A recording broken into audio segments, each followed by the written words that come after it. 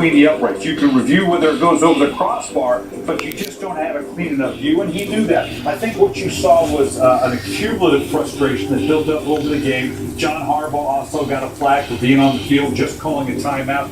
Remember now, these officials are under barrage. The league made it very clear that they were only going to be handled in a certain way, that you had to show the respect. I think it was a frustration of what Bill Belichick did when he came out. It was innocuous enough. It wasn't a big deal, but you can't put your hands on the official, and he'll definitely get fined. Yeah, and you mentioned John Harbaugh, too. The league says it is looking into Harbaugh's conduct in that game, also looking into the conduct of Redskins offensive coordinator Kyle Shanahan, who apologized Monday. He ran down the hall after the game at FedEx to yell at an official. More coming out of this story, certainly, guys. Thank you.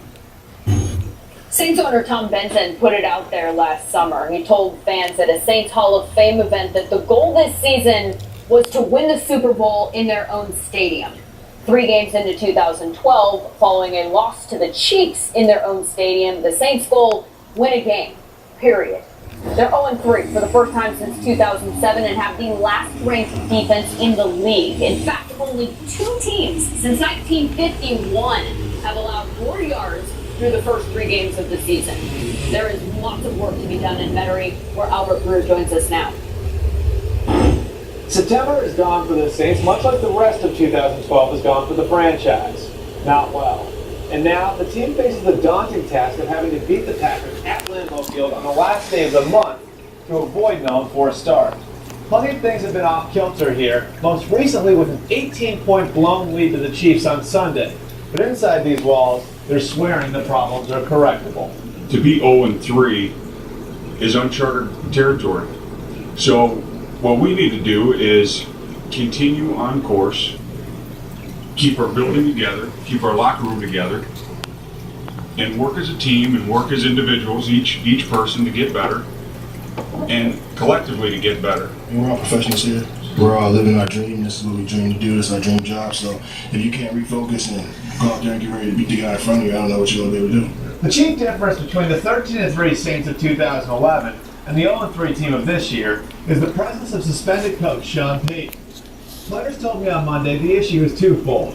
First, his ability to adjust on the fly on game day is missed. And second, the hold he had over the team, knowing how to push each individual player, is hard to replace. In Metairie, Albert Breer, NFL Network. Albert Breer also reporting Monday a stalemate in the labor dispute between the NFL and its regular referees. According to Breer, the two sides met all day Sunday but broke off talks around 10 p.m. Eastern. The prominent issues, the ref's pension plan, and desired salary.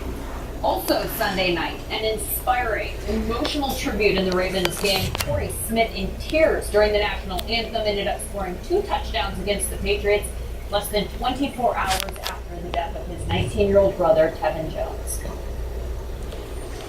Really, everyone, for me personally, I never really had to deal with, a death in the family, let alone, my brother, and our family, everyone's so tight, man. Just like a lot of other families, but it's part of life, man. Due to my teammates and my family and friends, I'll be able to get over it. Just heartbreaking. We will see Torrey again soon. His Ravens set to host the Browns on Thursday in Baltimore. It will be the 4th game in 18 days for the first-place Ravens. A handful of injuries to get you caught up on, starting with some good news in Miami. The Sun-Sentinel reporting that there is no structural damage to Reggie Bush's left knee. His availability for Sunday's road game against the Cardinals, though, is unknown. As for C.J. Spiller, it could have been worse. His collarbone is not broken and he may only miss a week. Chad Gailey says they have not completely ruled the running back out for this week, but he's got a good chance to be back for week 5. Not much new to report on Matthew Stafford's leg injury. Jim Schwartz wouldn't comment on anything that had to do with it. Stafford was scheduled to have an MRI Monday. He said after the game Sunday that he strained either his hamstring or his glute. This one honestly hits a little too close to home for me. Matt Shaw lost part of his ear on Sunday.